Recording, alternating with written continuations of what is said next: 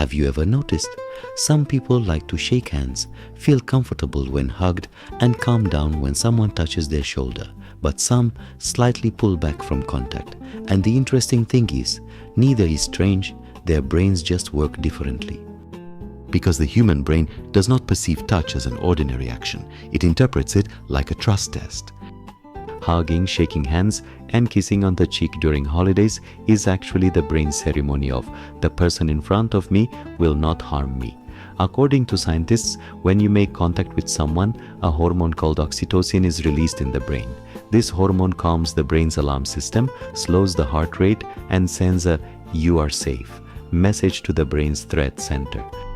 That's why some people truly relax when hugged by someone they love, because at that moment, not only the body but also the nervous system calms down. And this is not new. Our ancestors also had contact, but it wasn't like today. At that time, people would approach by showing their hands, because showing an empty hand meant, I have no weapon.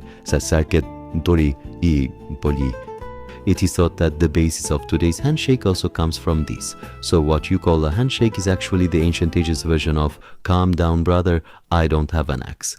But here's the interesting part. Some people don't like these touches at all. When hugged, they tense up, feel uneasy when shaking hands. Even when someone touches their shoulder, the brain might sound an alarm. And society often misinterprets this. Cold, distant, loveless. No, sometimes the issue is not character, but the brain's perception of touch.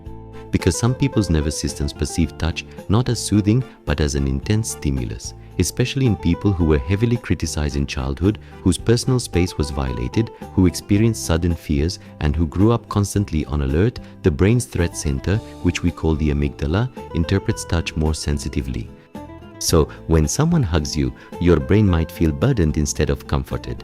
That's why we shouldn't judge people who don't like contact, because not everyone's nervous system works the same way. Some people relax by hugging, while others do so by being alone, and both are normal for the human brain.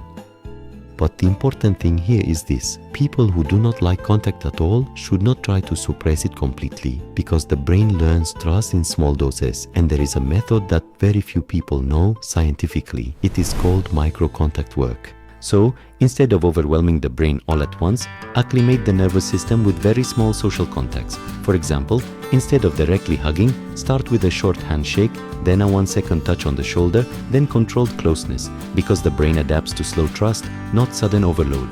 And what most people don't know is this: people who don't like contact are not actually without love. It's just that their brains speak trust in a different language.